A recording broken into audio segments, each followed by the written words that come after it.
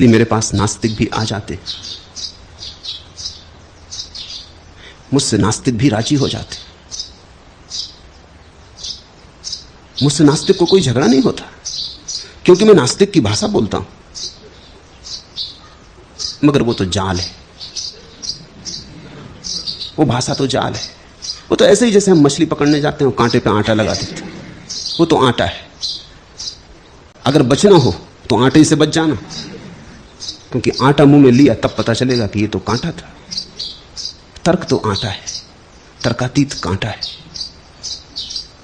तुम्हें फुसलाते, कड़वी भी दवा पिलानी हो तो शक्कर की परत चढ़ाते। छोटे छोटे जैसे बच्चों जैसी हालत है आदमी की, वो शक्कर के रस में कड़वी दवा भी गटक जाता है। जहर भी पी सकते हो तुम,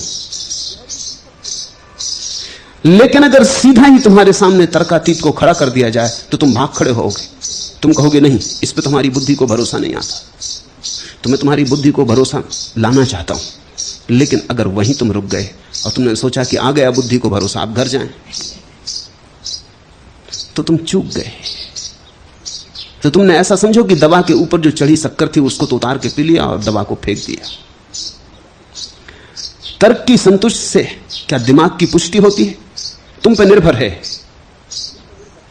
अगर सिर्फ तर्क ही तर्क को सुनोगे तो दिमाग की पुष्टि होगी, लेकिन तर्कों के बीच में अगर तुमने अतर्क को भी थोड़ा सा जाने दिया, बूंद बूंद सही, तो वो बूंद तुम्हारे मस्तिष्क में हृदय की क्रांति को उपस्थित कर देगी। ये तुम पे निर्भर है।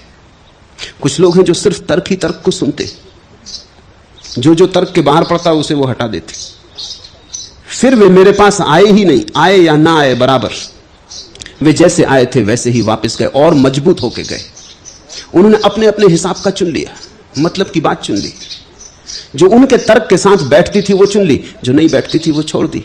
जो नहीं बैठती थी तुम्हारे तर्क के साथ, वही तुम्हारे भीतर क्रांति की चिंगारी बनती।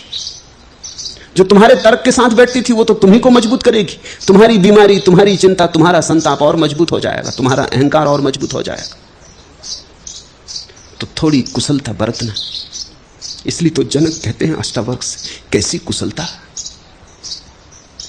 कि क्षण में दिखाई पड़ गया, कैसी